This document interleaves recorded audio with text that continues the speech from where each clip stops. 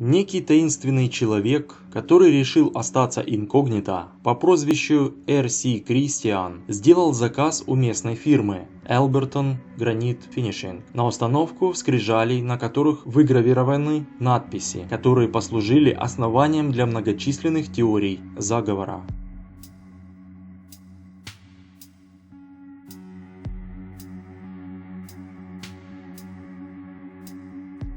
Гранитный монумент в округе Элберт в штате Джорджия, США, состоящий из 6 гранитных плит. Монумент высотой около 6 метров и весом 119 тонн. Содержит надписи на 8 современных языках, включая русский и 4 древних. В июне 1979 года некий человек обратился в местную гранитную фирму Джорджии, представился именем Роберт Крисчен, заявив, что представляет некую группу верных американцев, желающих создать чрезвычайно большой и сложный памятник. Руководитель фирмы Джо Фендли, ознакомившись с планами скрижалей, посчитал, что имеет дело с сумасшедшим и назвал сумму в несколько раз превышающую стоимость обычных проектов, с которыми работала фирма Alberton Granite Finishing. Он также заявил, что фирме потребуется полгода на реализацию проекта. На эти условия Крисчен согласился. По словам Крисчена, его группа планировала создание памятника на протяжении 20 лет. Крисчен также предоставил Фендли и Мартину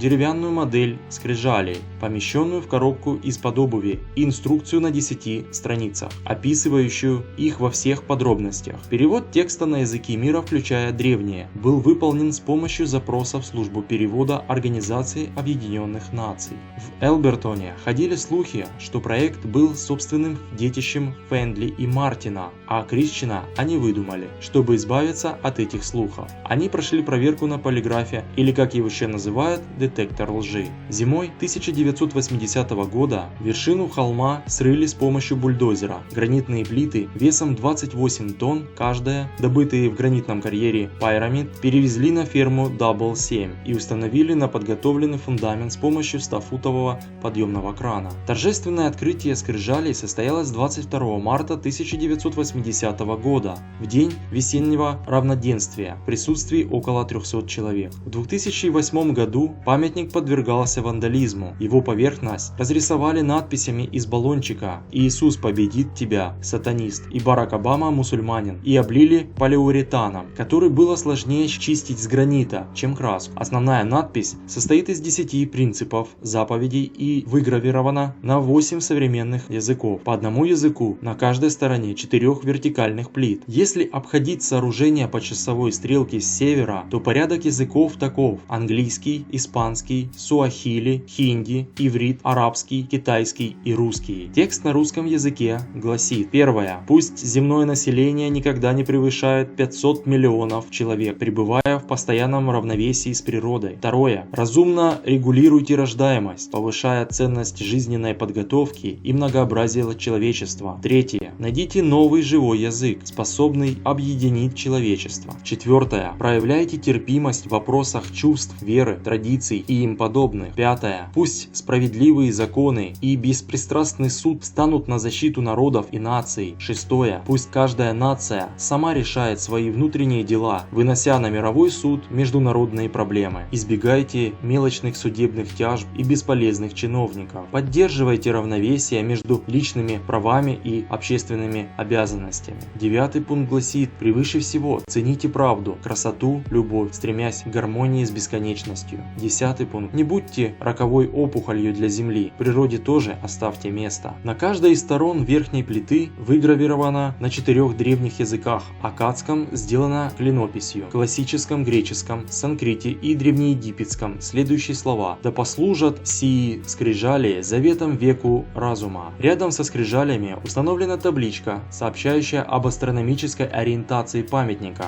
канале, направленном на полярную звезду, горизонтальной прорези, соответствующей годовому движению Солнца, и отметкам на верхней плите, отмечающих полдень в каждый день года. На табличке также указан автор R.C. Christian с уточнением в скобках псевдоним. Спонсоры – небольшая группа американцев, стремящихся к веку разума, и информация о том, что под этой табличкой на глубине 6 футов закрыта капсула с посланием к потомкам. Место для даты закладки капсулы и даты, когда ее следует вскрыть, оставлены пустыми. 4 основных плиты ориентированы в соответствии с годичным циклом перемещения Солнца по небу. В центральной плите колонии на уровне глаз имеется сквозное отверстие, ориентированное на север. Через него в любое время года можно увидеть полярную звезду, а также прорезь, сделанная в соответствии с положением Солнца в периоды солнцестояний и равноденствий. Астроном Луис Маньяни из Университета Джорджии, комментируя астрономическую ориентацию скрижалей для журнала Discover, говорил, что она ничего особенного из себя не представляет в сравнении с древним компьютером Стоунхенджем. Это не более чем счеты, и что любой может выстроить сооружение такой же сложности, чтобы увидеть полярную звезду. Заповеди на скрижалях вызвали разные неоднозначные толкования. Так, требование ограничить население планеты 500 миллионами человек выглядело пугающим уже в 1980 году, когда население планеты составляло 4,5 миллиарда человек. Вторая заповедь напоминала о евгенических практиках нацистов. Скрижали были созданы в разгар Холодной войны, когда многие американцы всерьез опасались начала Третьей мировой войны и гибели цивилизации в ядерных бомбардировках. Банкир Уайт Мартин, участвовавший в создании памятника, отмечал, что Роберт Крисчен в своих инструкциях по возведению скрижалей называл время их создания критически важным, заявил, что демографическое давление скоро создаст политический и экономический кризис во всем мире, и сравнил человечество с флотом перегруженных людьми шлюпок, двигающихся навстречу буре, апокалипсису. Данные скрижали вызвали много догадок. Так, например, журнал UFO Report в 1981 году пересказывал мнение некой Нони Бэтчелдер, экстрасенса из Атланты, о том, что истинное назначение скрижалей откроется в течение следующих 30 лет, и писал о том, что скрижали, если смотреть сверху, образуют крест, что делает их идеальным местом для приземления НЛО. Конспиролог Марк Дайс в 2005 году публиковал требование разбить скрижали на 1 миллион кусочков, объявляя их глубоко сатанинскими. По версии Дайса, Роберт Крисчен был представителем некого люциферианского общества,